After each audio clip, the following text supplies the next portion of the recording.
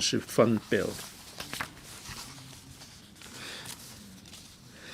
Inland Revenue Amendment Profits Tax Concessions for Insurance-Related Businesses Bill 2019. Does any member wish to speak? Mr. Frankie Yick. President, I rise to speak in support of the Inland Revenue Amendment Profits Tax Concessions for Insurance-Related Business Bill. On 18th of December last year, it was introduced for the first reading. Since we couldn't have the House Committee Chairman elected, the whole matter was deferred. 條例草案 For this piece of bill, compared to the one that was passed last month in relation to the ship leasing bill, this is a similar approach by offering tax concessions to encourage development of the industry. No one asked to set up a bills committee in relation to this bill. It shows that we all think that there is a need to provide more tax incentive to enhance our competitiveness. The Liberal Party supports the bill, and we hope that more such businesses will be attracted to Hong Kong to boost the development of our industry. We have a long marine industry has a long industry. We have all the favorable conditions. 12 members of an international organization set up businesses here. We are the biggest cluster outside London. Ship owners can effectively manage different liabilities and risks. Marine insurance is an important part of our shipping industry. Currently, there are 88 companies that have been authorized to take up marine insurance. 34 of them are registered overseas. Some of them are registered in Hong Kong. There are international insurers that set up offices in Hong Kong offering insurance on machinery, plants, and vessels. In 2019, the amount of premium paid was as high as $200 million. In 2019, compared to 2018, there has been an increase of 6% in premium. Marine insurance has been expanding in Hong Kong. With a shift in economic activities eastwards, the insurance market is also shifting towards Asia. RUMI in 2016 decided to set up an Asian center in Hong Kong. It is the first branch outside the headquarters in Germany. This shows that marine insurance is also shifting eastward. It also shows that Hong Kong plays an important role. According to the same union, which made a report in 2019, the revenue generated from marine insurance has increased from 49.2%. There was a decrease in European share. In Asia, there has been an increase from 27% to 30.7%. We see an expanding marine insurance business here. There are other marine insurance hubs offering favorable terms. In Singapore, in relation to specialty insurance, they offer a 10% specialized tax rate. In Switzerland, starting from the 1st of January, it has reduced the profits tax from 17% to 12%. For UK, starting from the 1st of April, companies tax has been reduced from 19% to 17%. It shows that one can reduce tax rate to try to get more businesses. Hong Kong is the 4th biggest vessel domicile. As at the 1st of January 2019, there are 2,701 vessels registered here, accounting for 9% of the tonnage in the world. According to a report in 2017 by the Financial Services Development Council, marine insurance purchased in Hong Kong accounts for less than 1% in the global market. There is apparently more room for improvement. In order to promote the development of marine insurance, the government needs to roll out measures to forge a favorable environment. The Hong Kong SAR proposed this bill. This includes a reduction of profits tax rate by 50%, that is 8.25%, from captive insurance and reinsurance business of professional reinsurers to other three areas. First, selected general insurance business of direct insurers, selected insurance brokerage business, and all general reinsurance business of direct insurers. One of them includes marine insurance, that is the insurance on cargo, plant, machinery, and liabilities of vessel owners. As a result, cost will be reduced. It will be conducive to attract more marine insurance brokerage and companies to set up businesses in Hong Kong. In 2014, there was a dedicated fund to train professionals for marine and aviation industry to help talents pass relevant tests. But if we are going to expand the market, we still need more professionals. We hope that the tax concessionary measures, once they are implemented, this will help brokerage and companies to set up businesses in Hong Kong. At the same time, we will attract overseas talents to come to Hong Kong. In relation to the Inland Revenue Ship Leasing Amendment Bill, under the One Country, Two System, we have a common law system complemented by statute law. New York Convention applies to Hong Kong. Arbitration decision awards can be implemented in over 150 contract states. We are an effective arbitration and dispute resolution center.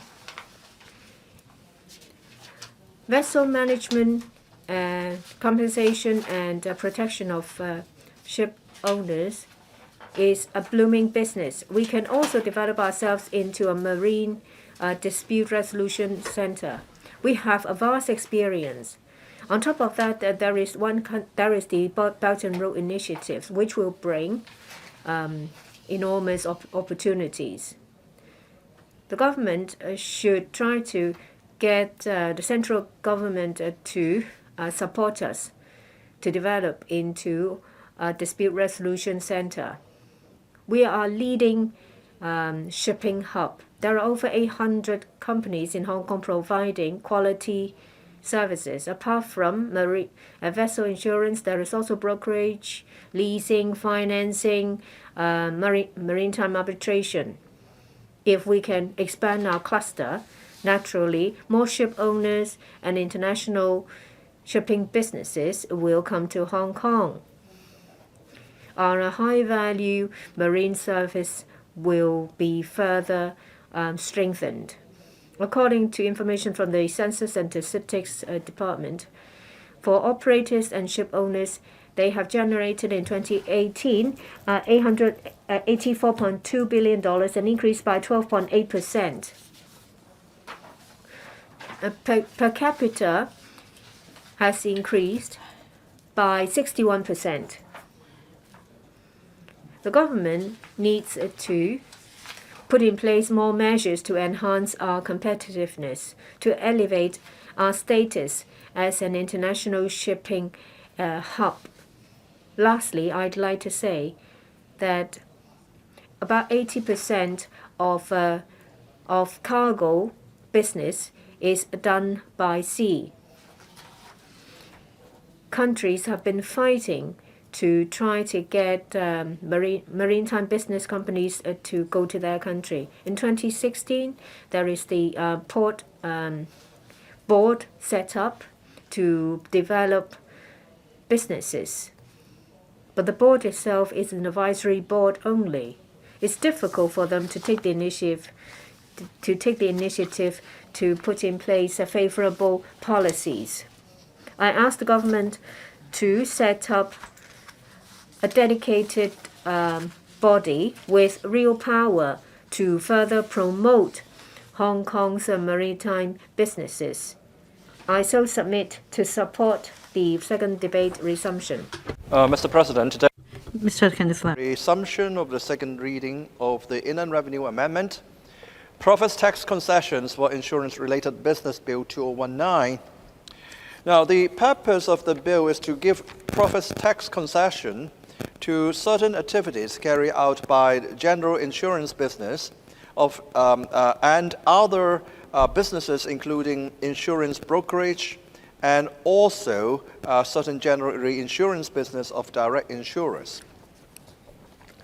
Now, the reason for the proposal of this bill is to increase our competitiveness against other major insurance centers internationally, including London, Switzerland, and other countries. The structure of the bill is quite simple. First of all, the profits tax rate, the standard profits tax rate of 16.5%, will be reduced to half to, first of all, general reinsurance business of direct insurers. Secondly, and which is the most important concession made in this bill, is the selected general insurance business of direct insurers. Currently, there are 17 classes of general insurance businesses. However, this bill only extends the concessionary tax rate to all of them except 5 categories, meaning that these categories of insurance business will not attract the concessionary rate. These exceptions include the health risk, the mortgage guarantee risk, motor vehicle damage risk, employees' compensation liability, and owners' corporation third-party liability. I think in deciding why these categories of insurance businesses are excluded, the government has given us the explanation that these categories of insurance business are merely more domestically risk. They are contained within the Hong Kong boundary. They have no international dimension. However, I beg to differ because looking at the 5 accepted categories, the health risk, I think quite a lot of people come to Hong Kong to get health insurance because we are a service-oriented city. We do provide first-class professional services, including insurance services.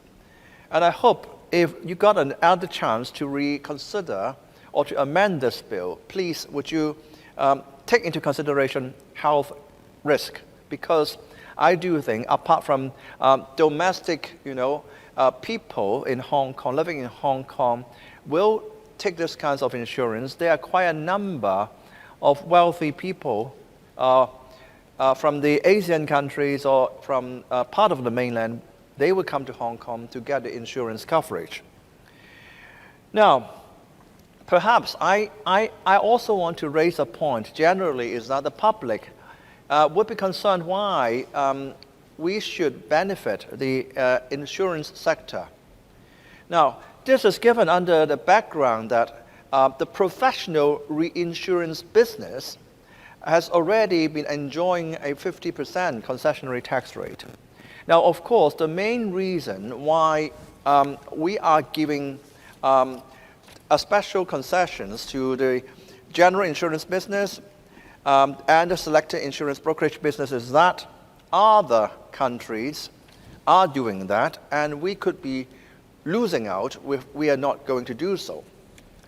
However, I think stepping back and to assess the effectiveness and the economic impact of this concession, Well, we have to take a snapshot, say 2 or 3 years later, to look at the business generated by this sector and also the tax revenue generated by these sectors. And I often and always would ask the Secretary to give an economic assessment, say 3 years down the road after this bill has been passed. And I would also like the Secretary to give a more detailed report at the Financial Affairs panel, so that we know that we are not losing too much of our revenue. And we also would like to see that, say 3 or 4 years down the road, the revenue, the total revenue generated from these sectors abate the concessionary tax rate we have been given, would be more than we are collecting. And only if this is the case that, we will be happy to support this bill. And of course, we have no crystal ball at this moment, and we would like, to consider this bill favorably.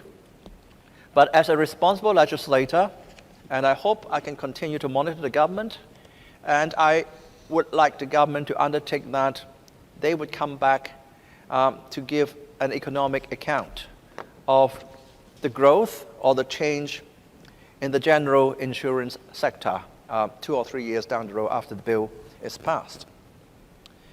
Now, and talking about how the government has been giving out tax concessions to various sectors, as we all know, we've been giving out tax concessions to hedge funds, to insurance sectors, to the leasing, industries, etc.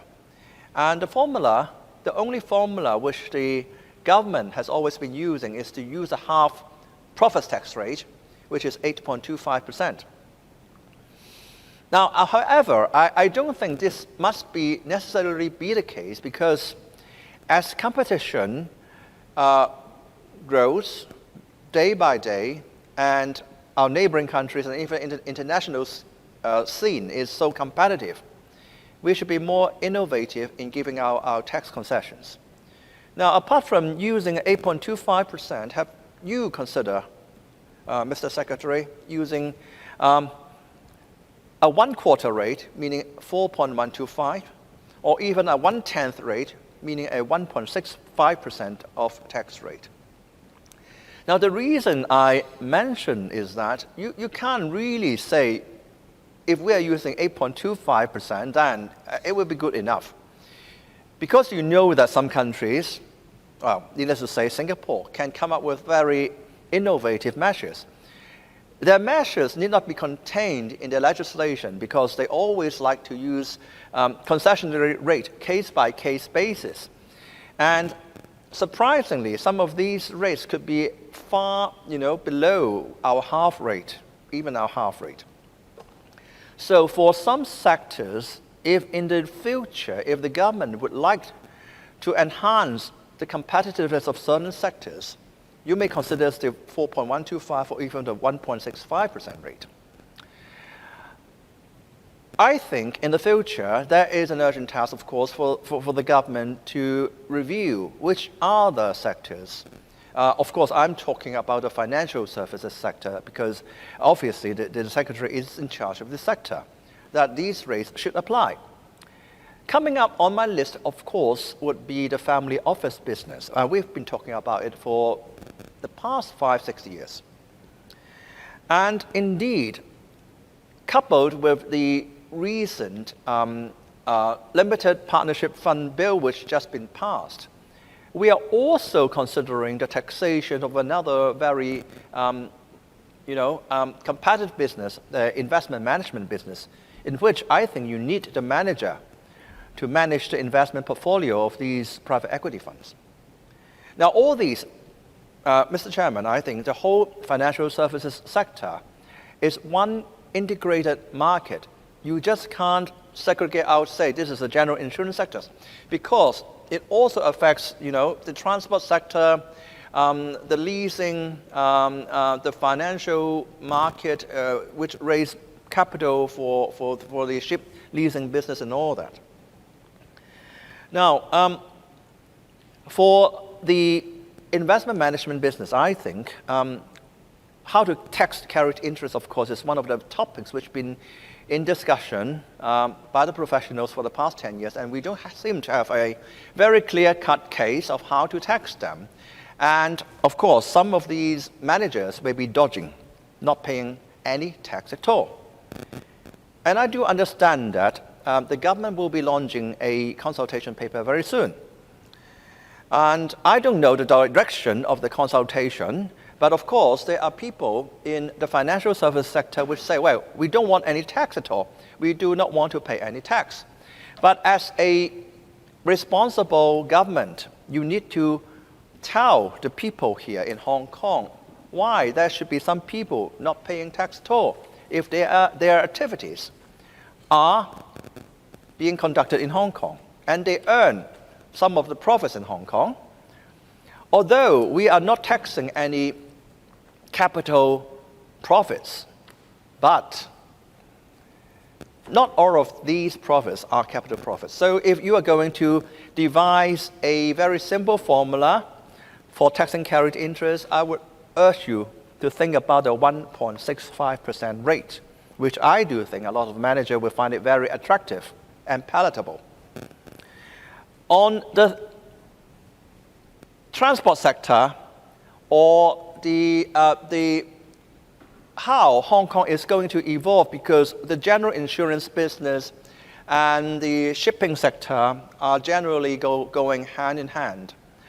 I do feel that Hong Kong would be, in the very near future, developing towards the model of London, because of course we do have a very sizable container port, but the ranking of this container port is dropping because our cost is high, and there are a lot of better, bigger, and automated ports in the mainland, which are our competitors. And also we have very good port facilities, container port facilities in Japan and in Singapore. Now, the first foremost consideration about the shipping hub or the shipping business is that land is very scarce in Hong Kong. If we are going to develop into a shipping center, I would think we are going to provide a first-class professional services only, and not to continue to struggle with the port facilities, because I do think in the long run, no matter how hard we try, no matter how we are going to innovate, in 20 years' time we will be losing out if we are still concentrating on the port, the physical port facilities. And I think it would be better to make bigger sense if we just concentrate on providing professional services in relating to shipping, no matter it is leasing, insurance, arbitration, and other types of financing.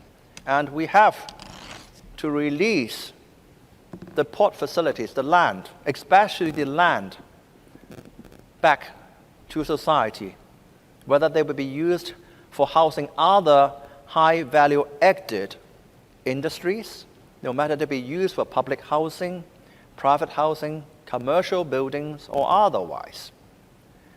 Of course, we cannot, as an international city, work without port facilities of some sort, but we are not going to squeeze it onto the league table. We do not need to. We do not need to be even a top 10.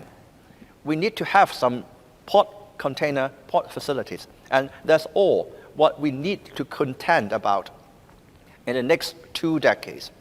I think the government should have vision, because we simply cannot compete with the cost structure and the size of other big container port cities in terms of physical facilities.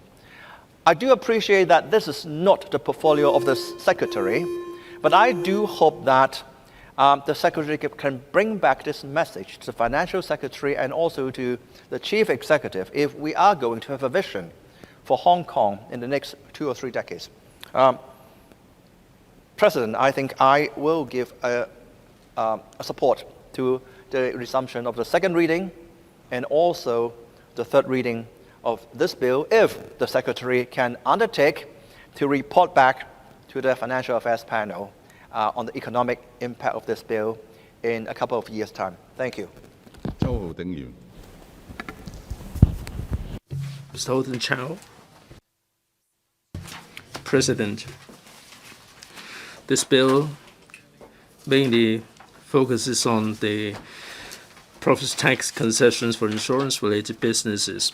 Now, for insurance businesses, we welcome the government's move to offer tax relief for aircraft leasing and also shipping leasing and so on. These are intended to, through tax concession, boost the competitive edge for Hong Kong. We would welcome that.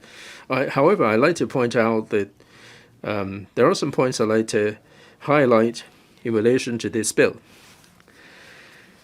In relation to the profits tax concessions, mainly it is about the general insurance and reinsurance services. I'd like to focus my attention on the general insurance. There are certain areas that have been taken out, like health risk, mortgage guarantee risk, employees' compensation liability, and so on. These spheres of insurance are not covered in the package of profits tax concessions. I find this a little bit surprising. Let's take health risk, for instance. This is a rather large, massive market. Why is it that we do not apply the concessions to this particular sector and help the practitioners? I'm sure that this will stand them in good stead. The products that they launch will be that much more attractive and the pie will be made larger. It is a good thing. Why don't you do it? Why do you have to carve out the health risk insurance and not benefit this particular sector and the practitioners? The other thing is in the profits tax concessions this time, it doesn't cover life insurance. We all appreciate that this is another large segment. If you can come up with some advantages to this particular sector, the products that will be launched will be cheaper, and this will be good for the practitioners. I've been in touch with some of the insurance practitioners. I understand that they are in an ice age of the sector. A lot of the businesses have come to a halt. Previously, a lot of mainland people came to Hong Kong to take out insurance. A lot of the practitioners are struggling to stay afloat. So we would expect that post-COVID, when life resumes between Hong Kong and the mainland, we should spare a thought for the insurance practitioners and the development in this area. Life insurance is not covered, Mr. President. In terms of this sector, according to the Bureau, life insurance, vis-a-vis other insurance, it is 90 to 10. So a lot of the insurance covers would be in the area of life insurance. The other insurance coverage would be only 10%. We very much hope that we can boost the share of the other areas. The flip side of the coin is that given the large size of the life insurance sector, there are so many practitioners who are involved in the trade. Why is it that you're not offering any tax concessions to the practitioners and to make the products that much more attractive and to make the pie a bit larger? And this will be good for the practitioners in the end. President, I'd like to say briefly, we've met the Bureau to talk about this bill. We didn't have a Bills Committee. I met the administration to air our views. So other than offering tax concessions for the insurance business, the insurance practitioners in Hong Kong would very much like the administration to promote the development of insurance in the Greater Bay Area. Now, there is some motor vehicle insurance that can be covered, and also the after-sales service that can be rolled out in the Greater Bay Area. And this is going to be a good opportunity to open up the market for the practitioners. I hope that you will heed our voice and follow up on the requests in this regard. Thank you. 在宣布休會，本會 I now adjourn. The council will resume on the 15th of July at 11.